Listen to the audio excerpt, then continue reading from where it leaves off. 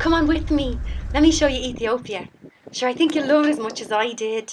There's loads to see and do, from mountainous nature reserves to colourful dancing and delicious authentic food. Coffee lover?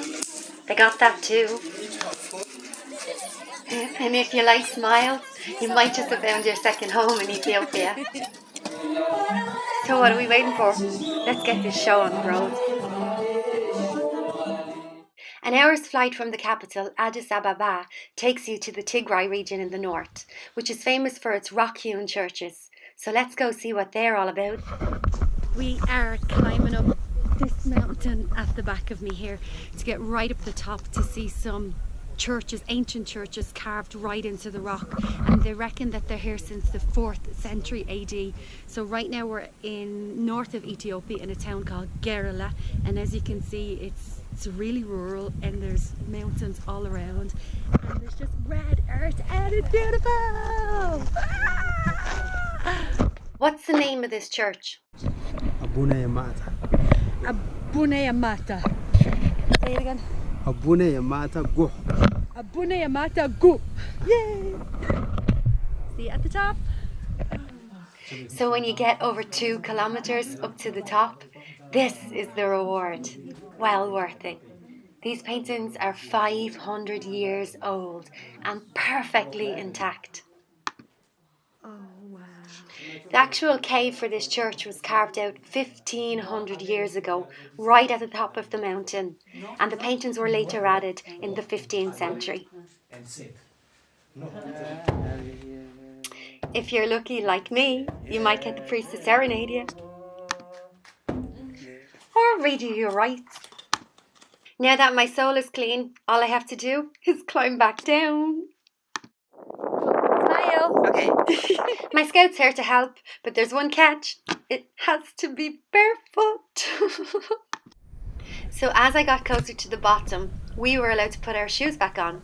So I decided to celebrate by having a little sing-song with my friend Mike from bemusedbackpacker.com. Come on, show me. You ready? I've got no spit, I can't. I can't swallow. I need a drink.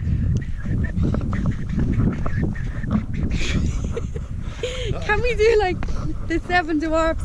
Hi ho, hi ho, it's up twerk we go. Hi ho, hi ho. He's not much of a singer. Check out the views.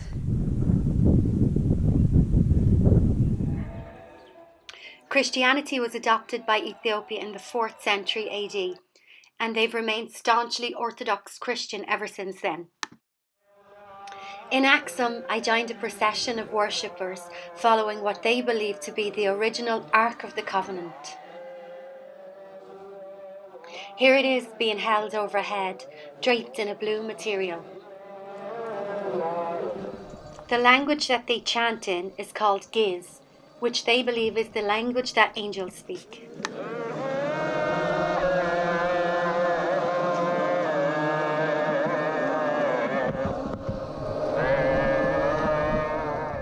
In Gondar, I visited Emperor Fasilides' castle and looked for my Romeo.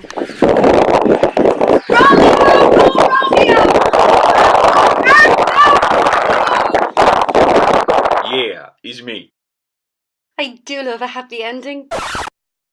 Okay, maybe not. However, I did manage to gatecrash a real Ethiopian wedding, so I did see a bit of romance there. I like to believe I was their unexpected, or unwanted, guest of honour. A full day spent hiking through the Simien Mountains was definitely one of my favourite things to do in Ethiopia. But just because I was able to spend time with all my favourite cousins. Wild baboons roam freely around Simien National Park and they've no qualms about getting up close and personal. This is Bubba. He's Granny's favourite. But shh, Coco gets a little jealous. And after all the monkey business, a feast is in order. Injera is the staple of the Ethiopian diet.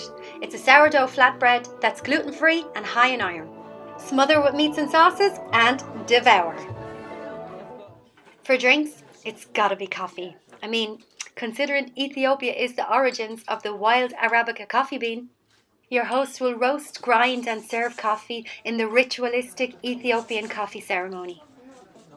Belly full, it's time to cut a rug with some traditional Ethiopian dancing. Brace yourself, guys. Let me introduce to you the great Ethiopian shoulder twerk. Now, this dude got game. And if you want to impress the locals, you'll need to learn how to pop your collar too.